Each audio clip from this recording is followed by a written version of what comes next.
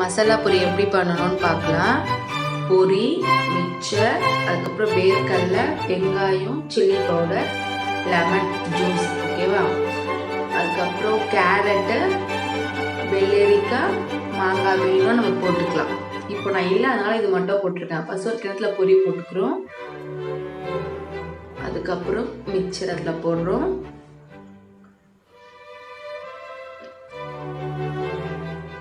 வெங்காயம் பொடியாக நறுக்கி வச்சுருக்க வெங்காயம் அதில் போட்டுட்டு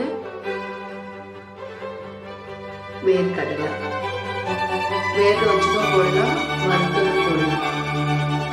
லைட்டாக சால்ட்டு,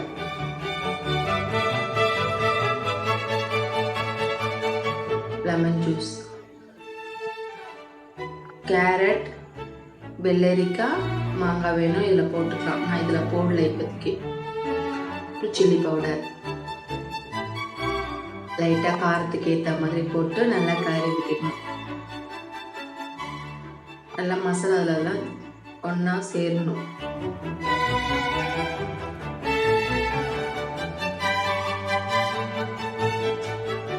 நல்லா அப்படியே குலுக்கி விட்டுக்கணும். ஓகேவா? பாருங்க, சுவையான மசாலா பொரி ரெடி. நீங்களும் வீட்டில் ட்ரை பண்ணி பாருங்க. தேங்க்யூ.